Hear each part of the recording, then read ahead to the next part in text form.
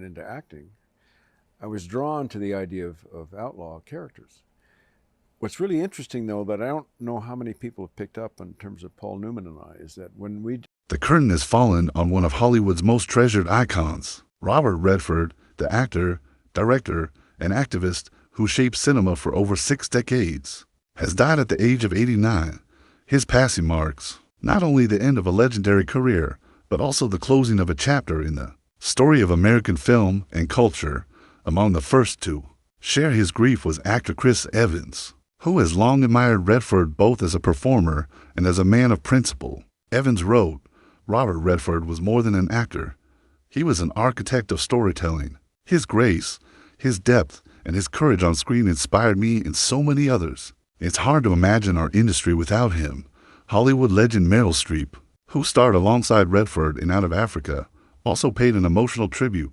She said, "One of the lines has passed. Rest in peace, my lovely friend. Working with Bob was one of the greatest honors of my life. His spirit was gentle, his art profound, and his friendship a gift I will always cherish." Their words capture what millions across the globe are feeling. Robert Redford wasn't just an actor or a filmmaker. He was a cultural pillar whose impact will be felt for generations to come. Early life and root. Charles Robert Redford Jr. was born on August 18, 1936, in Santa Monica, California. Raised in a working-class household, he was the son of Charles Redford Sr., a milkman turned accountant, and Martha Hart, who nurtured his creativity. His childhood was marked by modesty, curiosity, and later, heartbreak. At 19, Redford suffered a devastating loss when his mother passed away, an event that shaped his perspective on life. This grief carved out in him both a sense of seriousness and a hunger for purpose,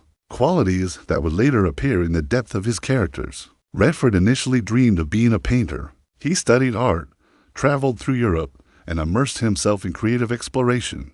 But life soon drew him to acting. After enrolling at the American Academy of Dramatic Arts in New York, his path was set toward a stage and screen career that would change film history. Rise to stardom. Redford began his career on the stage, earning acclaim on Broadway in Neil Simon's Barefoot in the Park. His easy charm, piercing eyes, and natural presence made him a standout.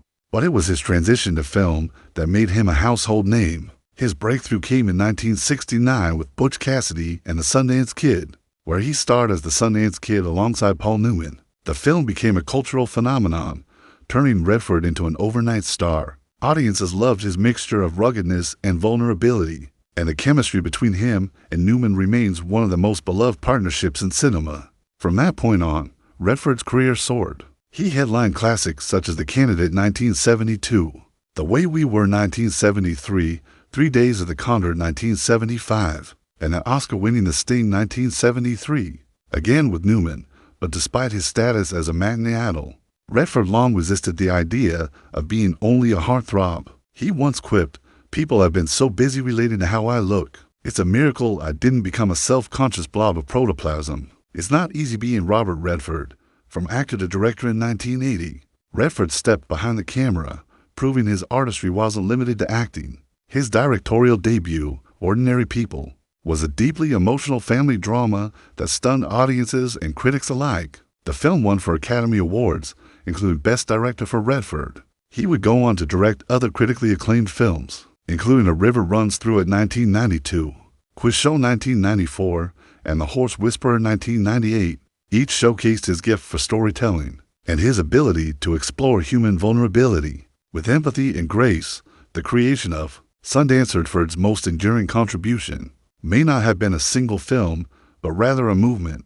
The Sundance Film Festival. In the late 1970s, Redford bought land in Utah and established the Sundance Institute, dedicated to nurturing independent voices in film.